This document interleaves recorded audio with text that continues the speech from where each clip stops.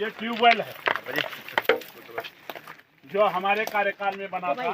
सुदर्शन ये दीवारें भी जो है उसी कार्यकाल में बनाई गई थी। आज दीवारों का नामो निशान मिटा दिया गया।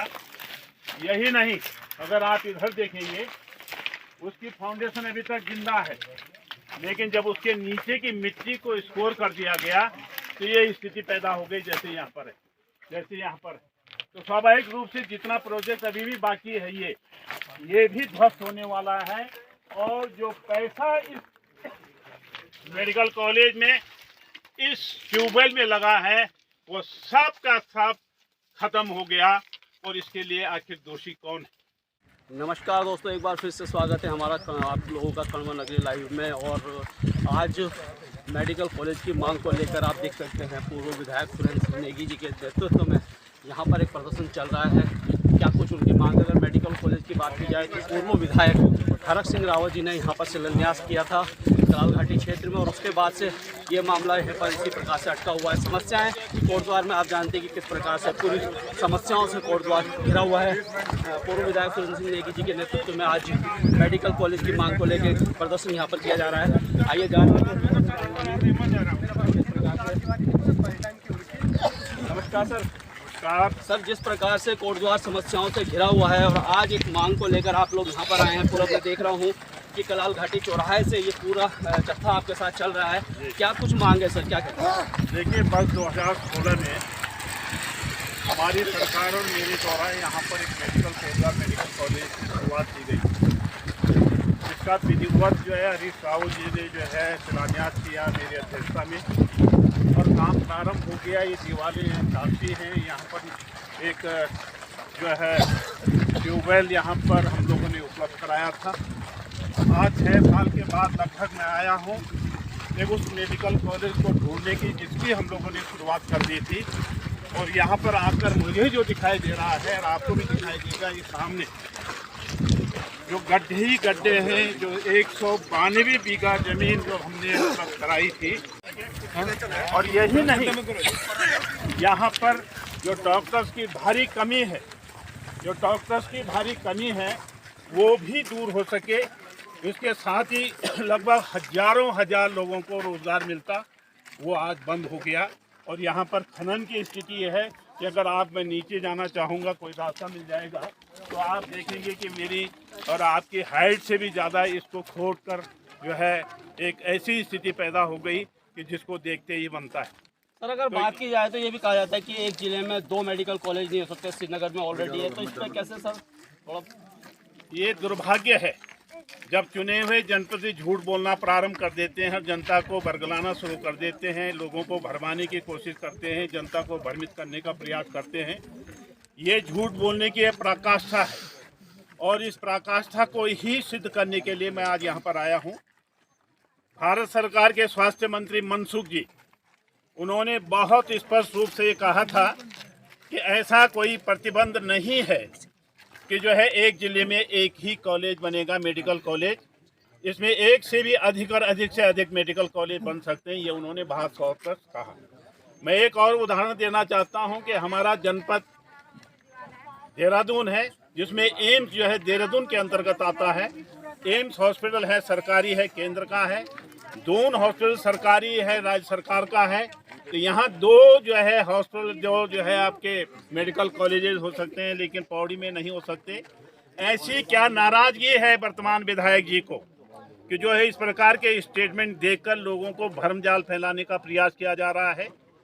अपनी अपनी सोच है, उनकी सोच कुछ और हो सकती है, लेकिन मेरी सोच थी कि कोटद्वार वासियों की ही नहीं पूरे संपूर्ण ट्रीटमेंट और उपचार के लिए आए, उसको यहीं पर उपचारित किया जाए और बाहर किसी को जाने न दिया जाए।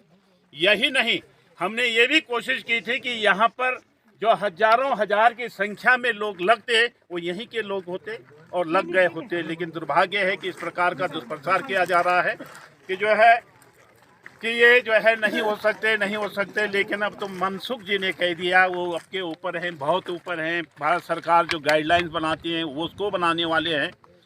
तो मेरा ये कहना है कि आखिर झूठ बोलकर कैसे राजनीति की जा सकती है और कैसे राजनीति हम लोग सह सकते हैं, कैसे हम लोग जनता के अवहेलना और संवेदनहीनता जो हमारे जनप्रतिनिधियों की, कैसे उसको सह कर सकते हैं। इसलिए हम आज भीषण गर्मी में बहुत अल्पकालीन में हम लोगों ने एक सूचना दी, जिसमें बहुत बड़ी संख्या में यहाँ पर आए। अगर आप उधर देखें तो करोड़ों रुपए की लागत से बनी हुई दीवारें थी, वहाँ जो है ध्वस्त कर दी गई और वो भेंट चढ़ गई खनन विभाग। तो मैं एक सवाल पूछना चाहता हूँ शासन से भी या प्रशासन से भी, ये जो है मेडिकल कॉलेज की भूमि है, क्या शासन और प्रशासन को इसकी जिम्मेदारी नहीं लेनी चाहिए कि ये सुरक्षित रहे? ठीक है कि वर्तमान सरकार मेडिकल कॉलेज बनाने की स्थिति में नहीं है, या उनकी मंशा नहीं है, या वो इसके प्रति गंभीर नहीं है, लेकिन ये तो सवाल करना चाहते हैं कि कल कोई अच्छी सरकार आएगी जो जनमानस के भावनाओं के अनुरूप काम करेगी। उसके लिए तो ये ज़मीन सुरक्षित होनी चाहिए। आज इस ज़मीन को आप क्या कहें कि गड्ढे में ज़मीन है या ज़मीन गड्ढे में दिखाई दे रही है। जो तमाम चीज़ें यहाँ पर थी, ये एक ट्यूबवेल भी यहाँ पर स्वीकृत करवाया था, निर्माण होता, उसका भी अता पता नहीं है। तो आखिर किस प्रकार का ये शासन प्रशासन चल रहा है? तो मैं तो ये कहने आया हूँ, शासन वालों जागो, जागो, कुछ हमारी बात सुनो, कुछ उत्तराखंड की बात सुनो, कुछ कोटद्वार वासियों की बात सुनो, कुछ कलाल घाटी ये मोटर ढाक और शेगड्डी और झंडी चौड़ की बात सुनो। और प्रशासन भी जागो कि आपके नाक के तले ये सब हो रहा है, आखिर कौन इसके लिए जिम्मेदार है? इसका प्रश्न ढूंढने के लिए, एक्स प्रश्न को ढूंढने के लिए आज हम यहाँ पर आए। जो दुर्दशा है वो आपके सामने है। यही नहीं, एक बात और कहना चाहता हूँ, इसमें 8,000 से 10,000 लोगों को रोजगार की गारंटी दी थी सुरेंद्र सिंह नेगी ने।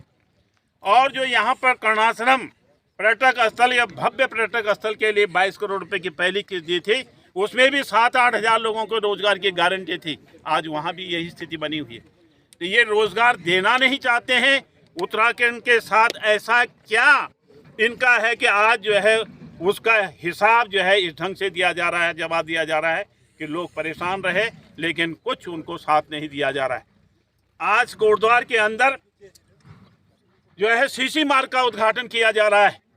कोई बड़ा कार्य आपने इन 6 सालों में सुना है? हम भी थे मंत्री विधायक, हमने यहाँ पर बेस हॉस्पिटल बना दिया, डिग्री कॉलेज खोल दिया, इधर जो है सड़कें बेहतर से बेहतर बना दी, मुख्य मार्ग जो है 6-6 फुट ऊंचा बना दिया। 5 साल के बाद तो हर सरकार कोई भी आए, जो है विभाग का काम होता है उनको ठीक कराना। आज उसका भी श्रेय जो है विधायक ले रहे हैं। ये दुर्भाग्य नहीं तो क्या है? असेट होती हैं वो जिनसे रोजगार मिले, असेट होती हैं वो जिससे जीवन के उमंग पैदा करने की दिशा में आर्थिकी बढ़े वो, लेकिन ऐसा नहीं है, दूर दूर तक नहीं है। ये सवाल मैं आपसे पूछना चाहता हूँ, इस जनता से पूछना चाहता हूँ कि आपको अपनी लड़ाई को खुद लड़ना होगा।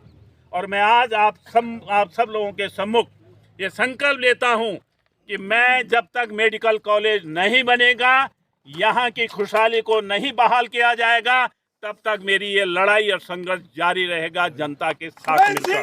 तो बहुत बड़ी बात दोस्तों, जब तक मेडिकल कॉलेज लड़ाई यहाँ पर जारी रहेगी। और उन्होंने साफ शब्दों में ये भी कहा है कि जो बेस हॉस्पिटल कोटद्वार है जो बनाया गया है उन्हीं के कार्यकाल में, और उन्हीं के कार्यकाल में कहीं ना कहीं विकास की गंगा कोटद्वार में बही थी। और यहाँ के जो 6 साल में जो विधायक हैं उन्होंने सिर्फ सीसी मार्गों का निर्माण किया। अगर बात की जाए, और अगर हम कांग्रेस और बीजेपी की बात करें दोस्तों, तो बात उन्होंने बिल्कुल सही कही है। इन 6 सालों में जनता त्राही त्राही कर रही है, कहीं भी कोई भी विकास का कार्य यहाँ पर नहीं दिखाई दे रहा। और ये देखिए मेडिकल कॉलेज के लिए जो ये भूमि आवंटित है, इसमें बिल्कुल गड्ढे ही गड्ढे बना दिए गए हैं। और यहाँ पर देखिए दिन रात खनन यहाँ पर अभी भी शायद हो रहा है। और ये देखिए जिस प्रकार से दीवार है, ये दीवार पे करोड़ों रुपए की लागत से दीवार बनाई गई थी अगर मेडिकल कॉलेज बनता है। और दूसरा पैच भी उन्होंने बताया, जो टेक्निकली हम लोग कहते हैं कि एक ज़िले में 2 मेडिकल कॉलेज नहीं होते, तो उन्होंने ये भी बताया कि ऐसा हो सकता है अगर यहाँ पर नेताओं के अंदर वो जज्बा हो, वो कार्य करने की इच्छा शक्ति हो, तो क्यों नहीं हो सकता है। और आज पूरे दल बल के साथ देख सकते हैं कि पूर्व विधायक सुरेंद्र सिंह नेगी यहाँ पहुँचे हैं। और आप लोग कमेंट करके अपनी राय जरूर दीजिएगा। वीडियो को ज़्यादा से ज़्यादा लाइक शेयर और कमेंट करना है। तब तक के लिए दोस्तों धन्यवाद। जय हिंद, जय भारत, जय उत्तराखंड।